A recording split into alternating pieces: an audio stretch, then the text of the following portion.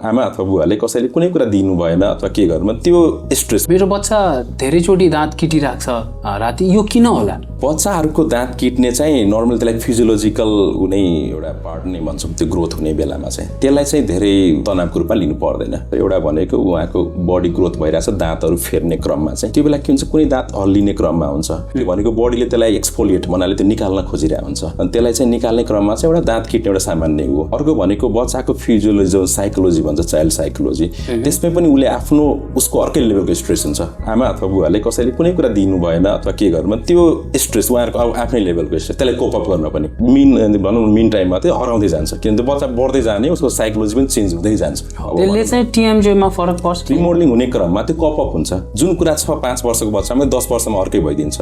त्यही भएर उसलाई के प्रब्लम देखिहाल्यो भने के चाहिएको छ त्यो अनुसार एड्याप्ट चाहिँ भइदिन्छ।